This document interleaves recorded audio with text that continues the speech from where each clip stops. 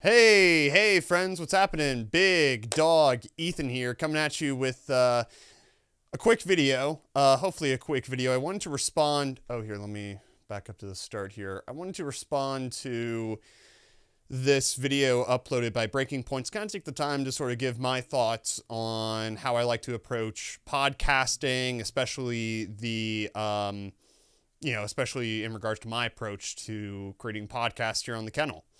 Um, so first off, a little bit of context for Breaking Points. Breaking Points, for those who haven't heard, it's probably the biggest political talk show out there. One of the biggest, especially in regards to like independent media.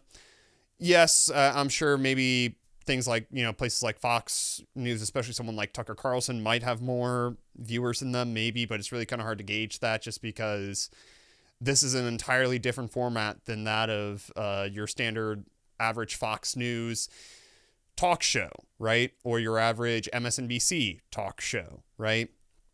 Currently, statistically speaking, actually, let me check here now. Hold on a second. Let me pull it up here.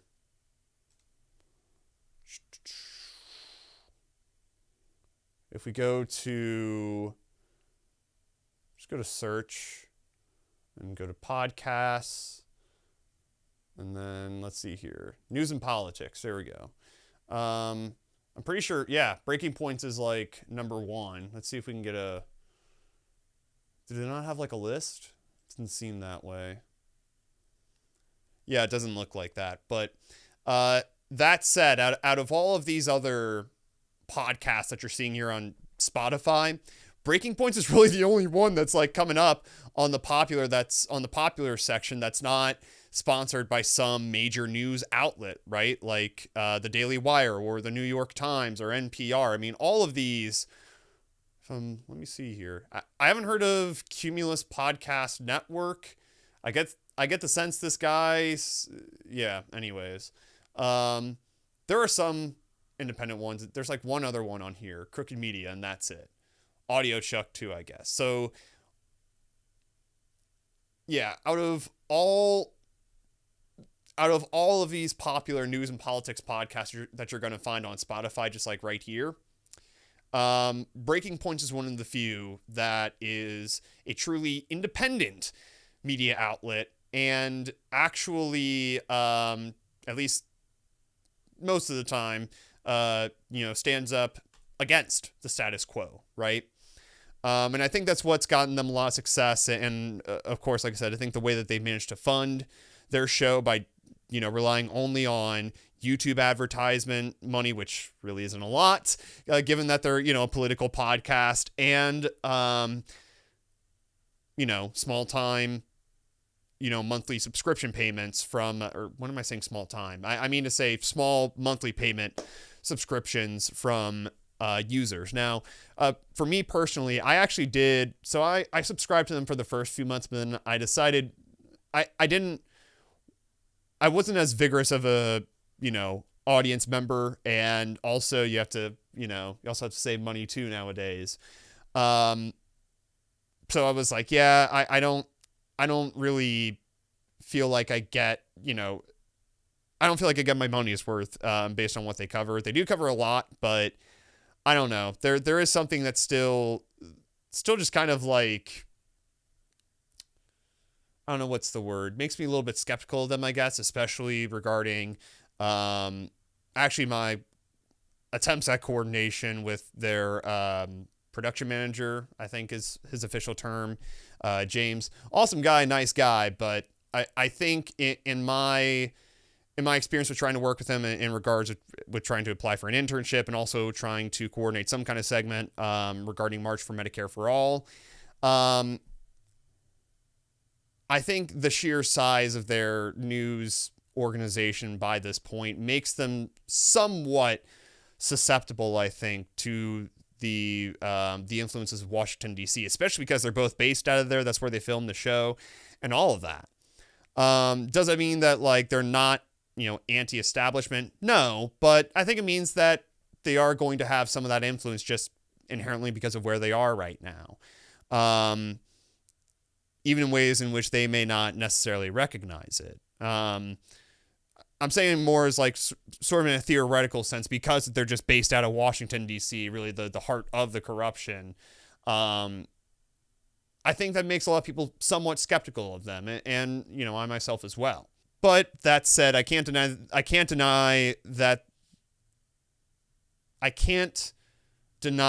they've been honest. And I think that's why I still like to tune into them, honestly, on a daily basis still.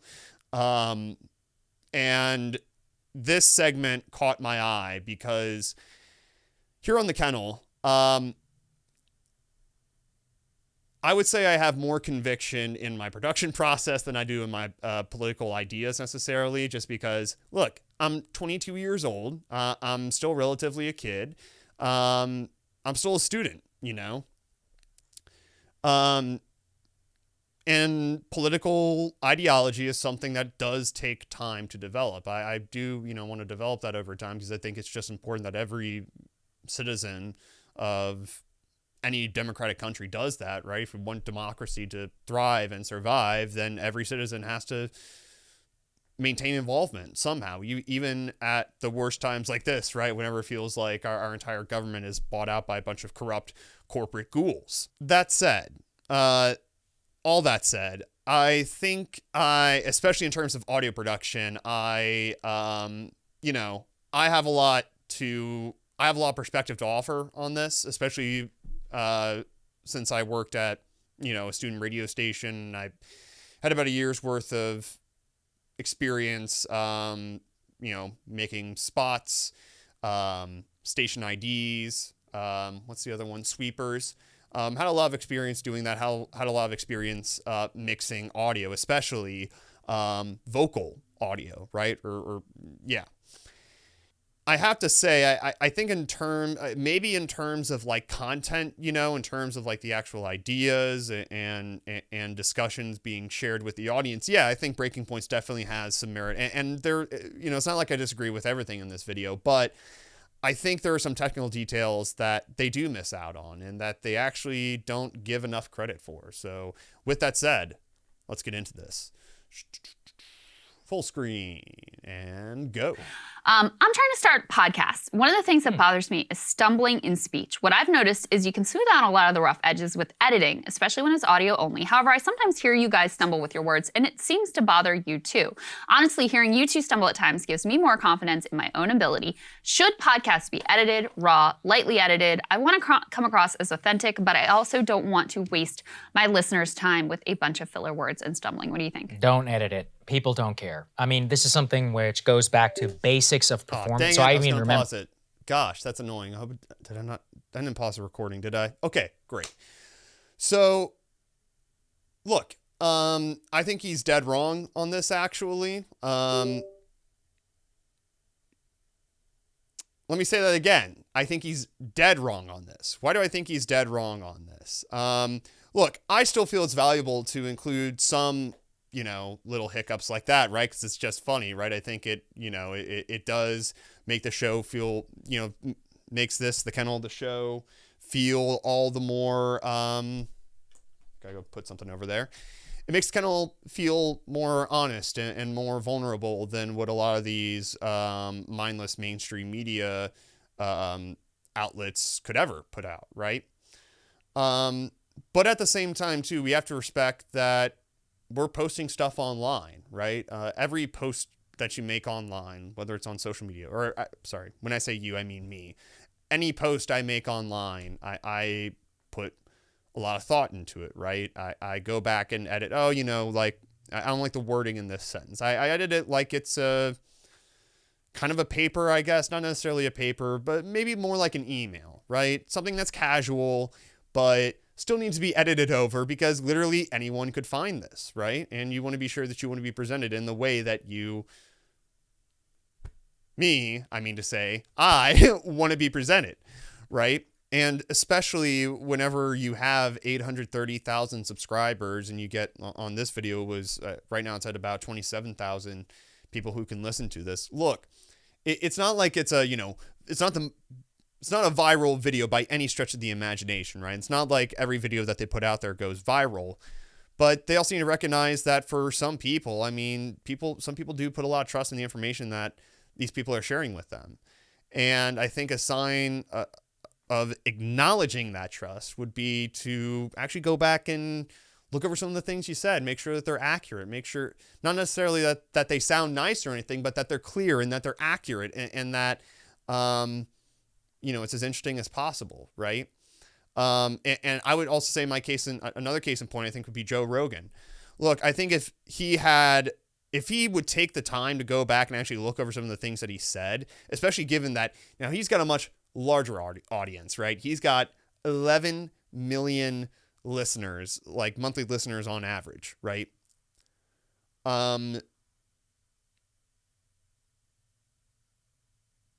If you're going to be talking about politics, especially if you're going to be talking about health, say regarding something like COVID-19, or you're going to be interviewing some kind of, sketchy guest like, oh my God, I'm going to forget his name because honestly I think I don't really care about that guy's name at this point. Whatever sketchy doctor came on there. I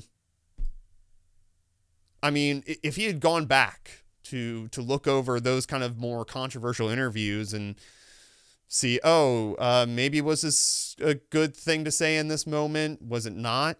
By doing that, you automatically communicate to anyone who's listening, hey, I do care about this subject and I care about the information that I'm sharing with you, that it's valid, right? In some ways, I think it's almost kind of lazy to just sort of ramble into a mic and not ramble into a mic, upload it to an audience or share it to an audience of anywhere between 20,000 to 800,000 people and not give that second look over, right? I think that's absolutely important. And especially, if Breaking Points really believes in this truly independent media, I think it's actually very important that you also be accepting of those kind of edited things as well. Because if you want someone like me, partaking in an independent media, someone who's just doing this for fun because he got a microphone and he's interested in politics, well, maybe it's not the best idea to just sort of like shove off editing on like political talk shows like this. Because I actually think that is, especially for someone like me who, is working a job, being a part-time student, and is very busy with other stuff. It can actually be and also, by the way, has ADHD and can sometimes just lose their train of thought in the middle of a take. I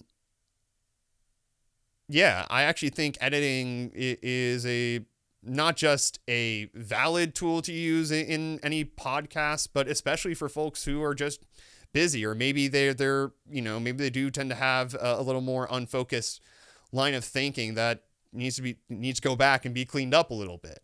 I don't see it as dishonest. I see that as a sort of a need to be accurate and to make sure that you know what you're communicating, right? So I wholeheartedly disagree here with Saagar, and actually says that in my actions. I mean, that's how I, that's how I approach my interviews at the Kennel. Now, to be clear, and not just interviews, just like all my content at the Kennel, but even with interviews specifically, there have been times where I just felt like there wasn't a need for a lot of edits, right? With the Wayne Steele interview, if you go back and check that, there was like 1, maybe 2 edits in there. And final point I want to make on the editing thing as well. Editing was also a tool that made it very easy for my content to get uploaded onto the student radio station back at Henderson State.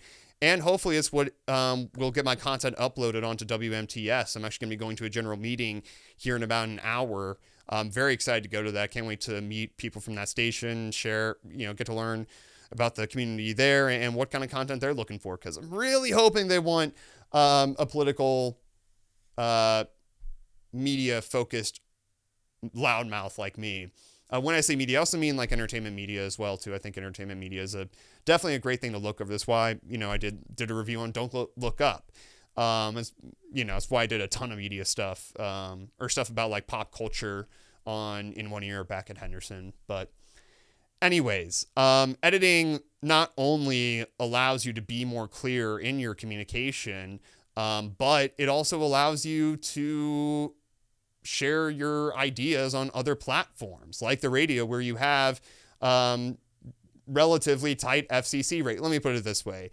FCC regulation is really left up to community members at this point to, like, you know, report violations. But that said, I mean, still the existence of the FCC, it scares anyone in a radio station. You don't want to get the FCC breathing down your neck. So anyways, because I was able to edit and, you know, get interviews in line with FCC regulations, I was actually able to share my work on multiple platforms.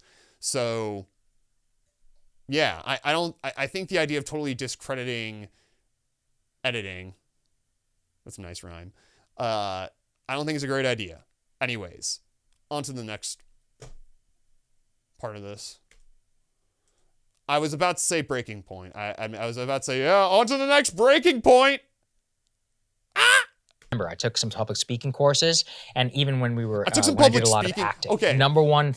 Public speaking courses on college camp, and even like acting, because keep in mind, I hope to God that Saagar's background isn't just like acting or public speaking, but it is important, right? But whenever you take those, I mean, most of those classes are just like, as long as you can get up and say the words and like not stumble around too much, you'll get a good grade, right?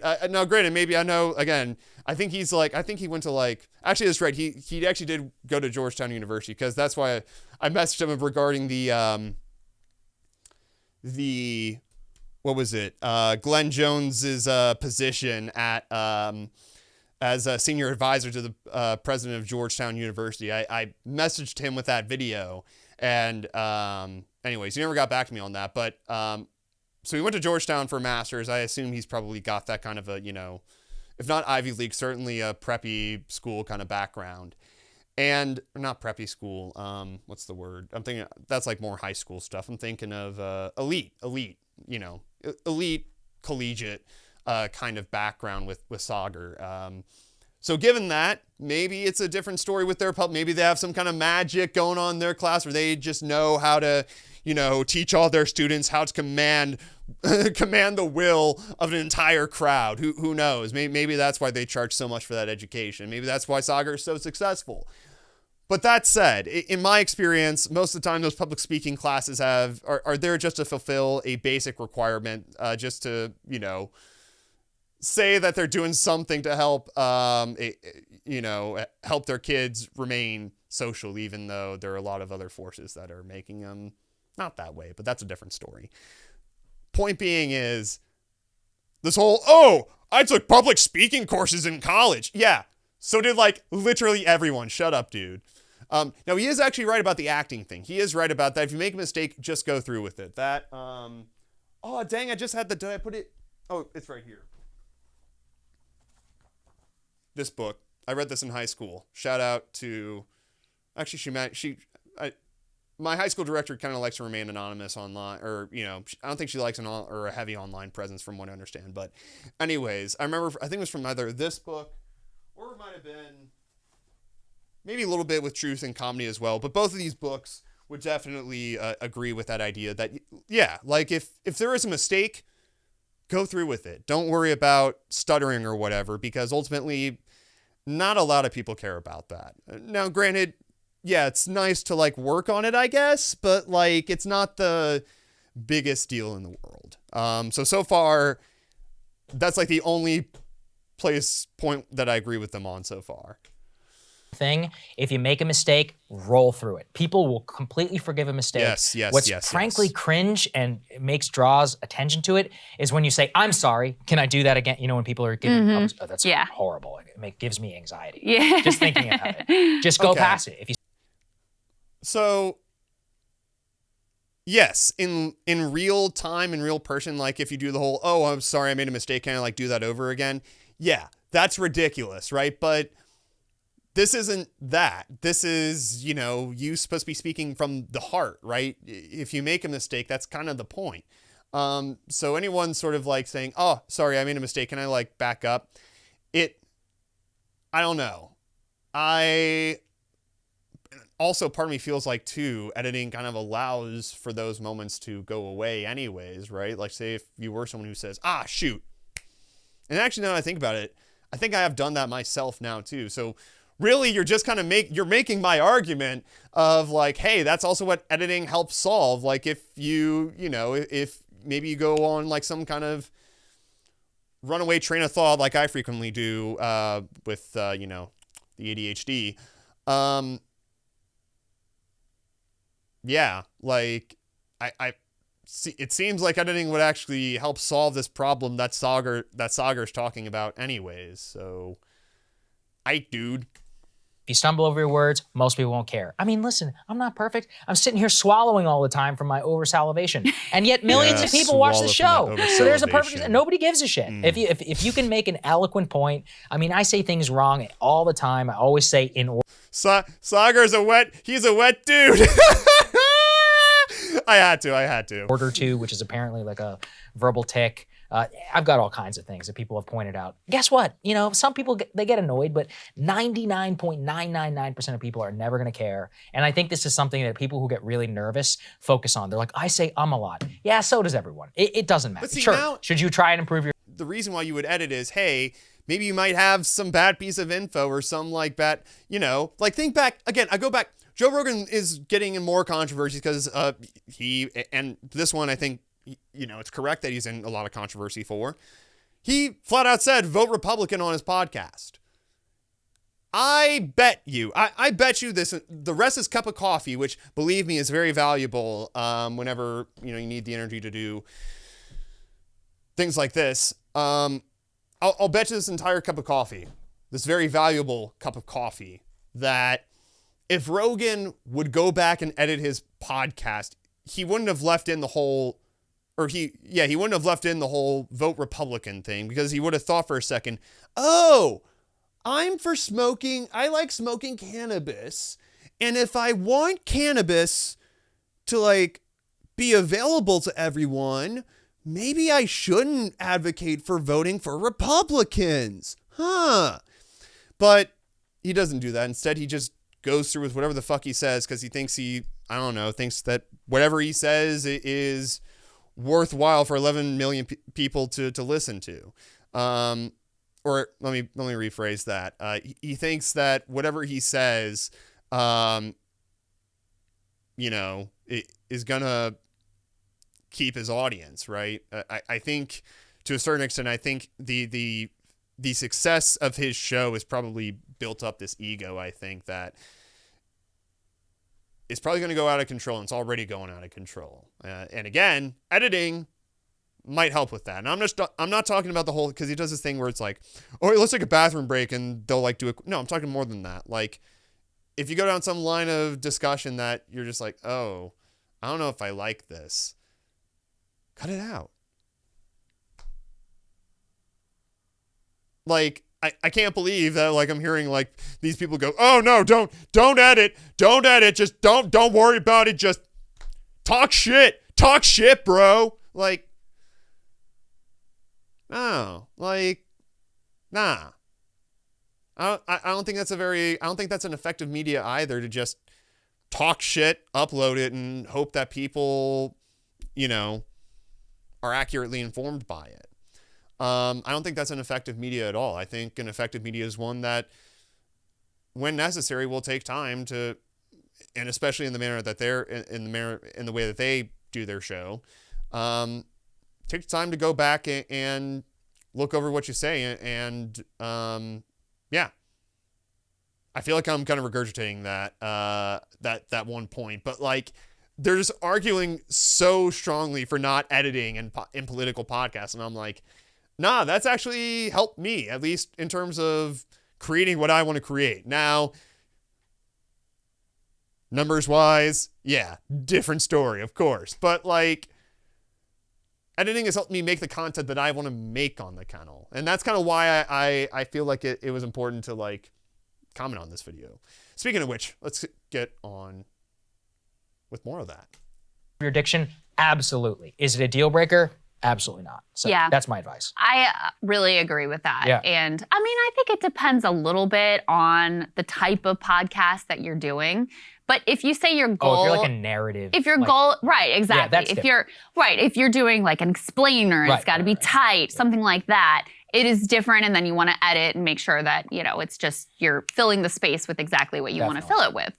But if you're saying your goal here is to come across as authentic, I would try to keep it as raw as possible because people do. And look, I still posit you can keep it raw and still edit. Like, whenever you go back and watch this, you're still going to find little mistakes. Because, yeah, I think that is important to keep those raw things in there. I go back to, who is it? Oh, yeah, I got the album up right there. Here, let me close it so you can see it. I see the album right next to Manufacturing Consent, Lucifer on the Sofa. In an interview, Britt Daniel had talked about how it's also important to keep some rough things in there too, right, in the final cut. And I see, I think the same, at least on here, that's how I like to treat editing my podcast. I like to keep little, like I remember in the last one I did, I kept in a little thing where I thought I heard a noise outside, and so I like paused for a moment. I had to edit around that too because there were some more awkward things in there, but because I was like trying to figure out what the sound was, and it was kind of awkward commentary I was making into the microphone, so I cut around that. I think a lot of people would appreciate that, especially because it took me about at least 20 seconds to figure out what the fuck was going on, right?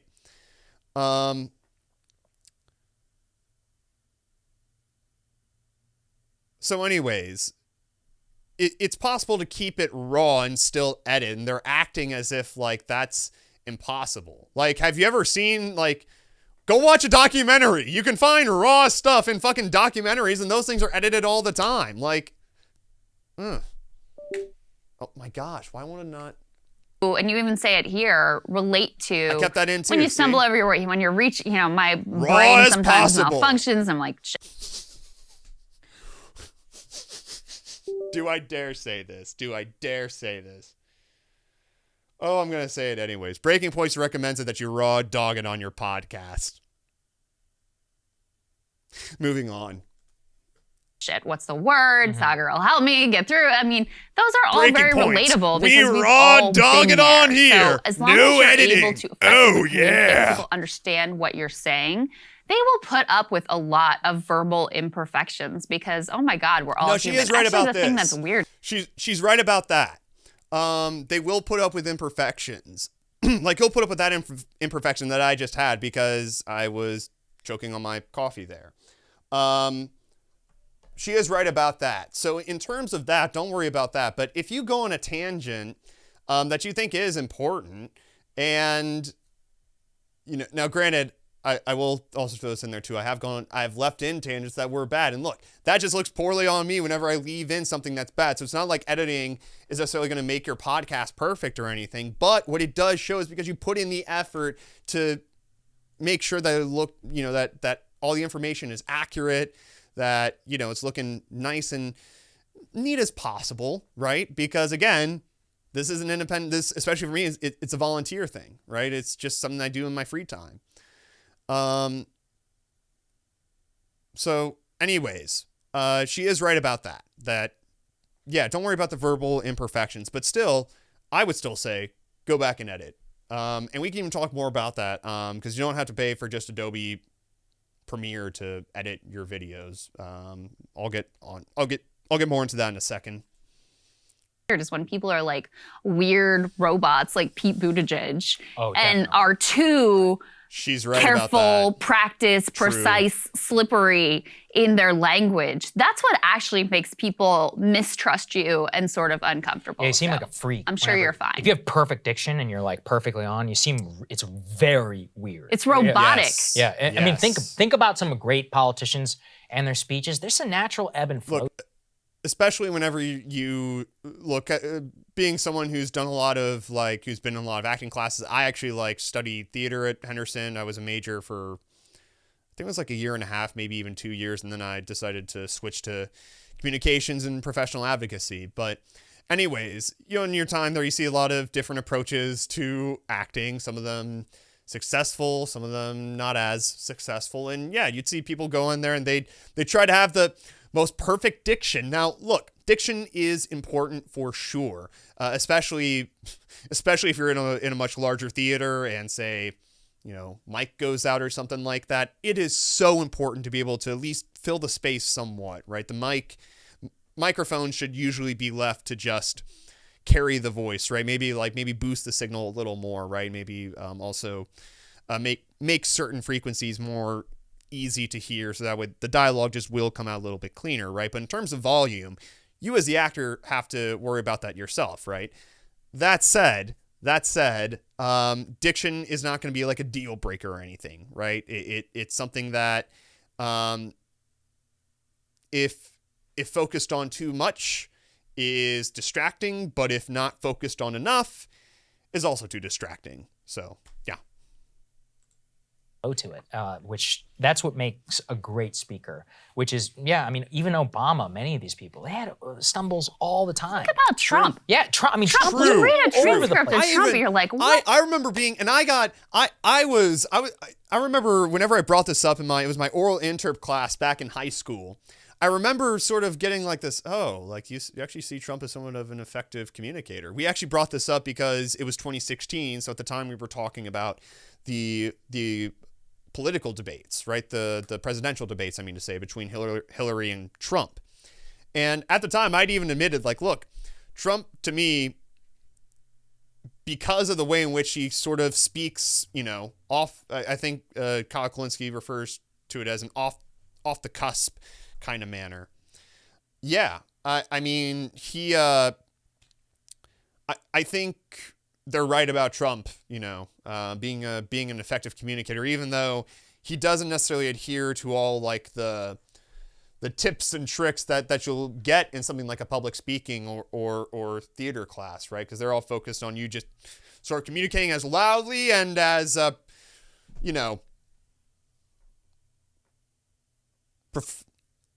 loudly and profoundly as possible, I would say. Convincingly, too. But anyways, it's a little bit of a different story whenever you're talking about podcasts because you don't have a huge space to fill. You just have a mic to talk into. So anyways.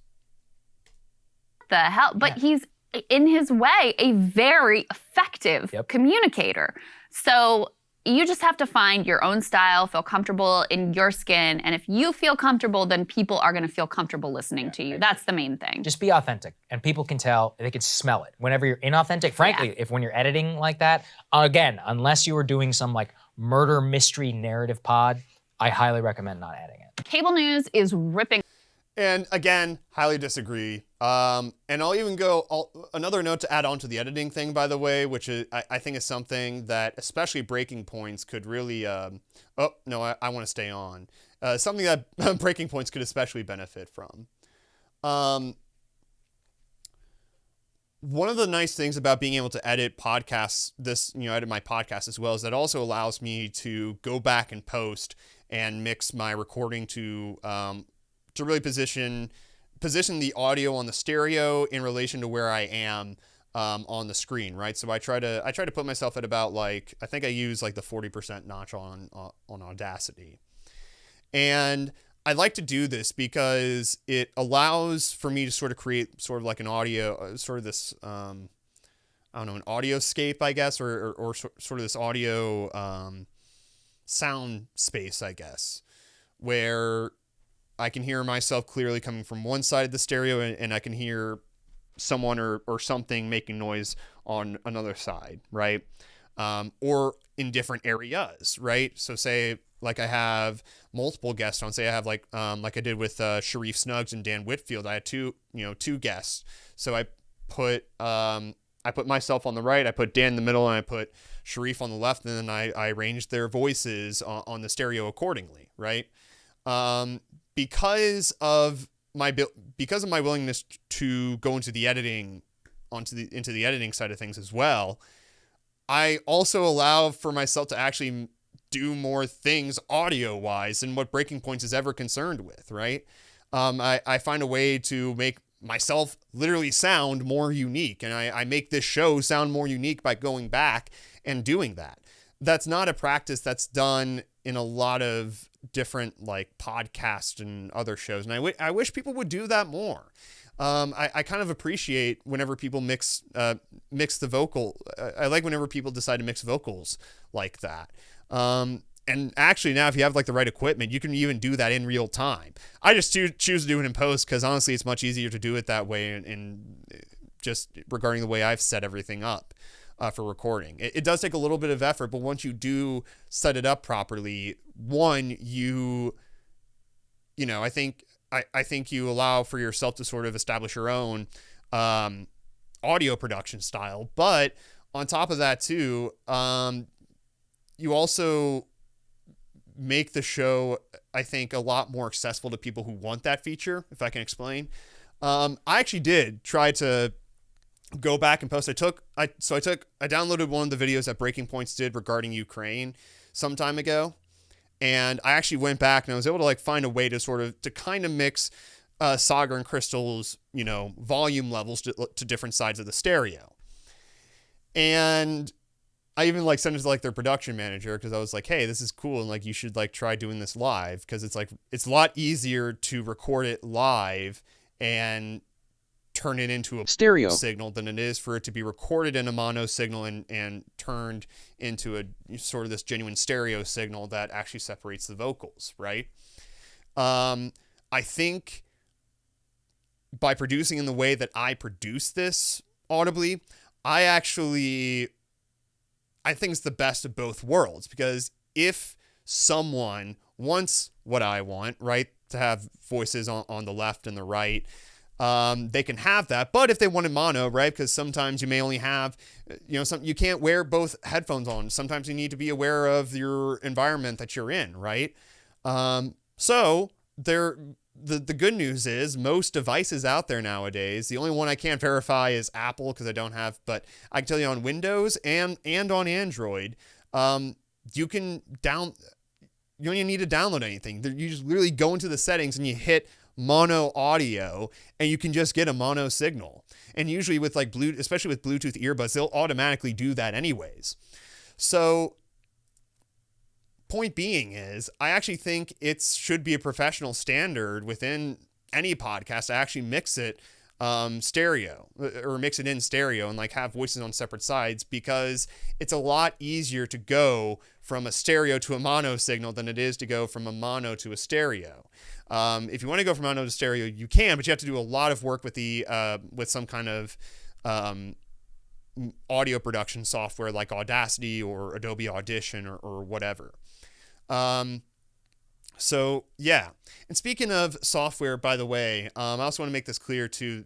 Part of the reason why I'm able to do the Kennel is because I found free professional video editing software. It's kind of glitchy, but if anyone's interested in trying it, it's called Shotcut. It's great for editing video podcasts. But what I would recommend too, edit the audio first. I know it's kind of difficult, but trust me, you're going to want to do this because if you try to edit the audio in Shotcut, it's going to turn out like shit. So what I'd recommend you do is edit the audio, and if you are going to edit your podcast, edit the audio in something like Audacity or Adobe Audition, and then have Shotcut open simultaneously and sort of make the cuts as you go along. And then once you make the cuts in the audio, export that and then put that up and put just clip the audio in with the clipped videos, just a clipped silent video on Shotcut. So that way you can sort of export the audio without having to worry about any audio glitches, because if you try to export audio in Shotcut, it's going to have some glitches. Yeah, the stuff I put up with as a guy who's just doing a podcast for fun in my free time.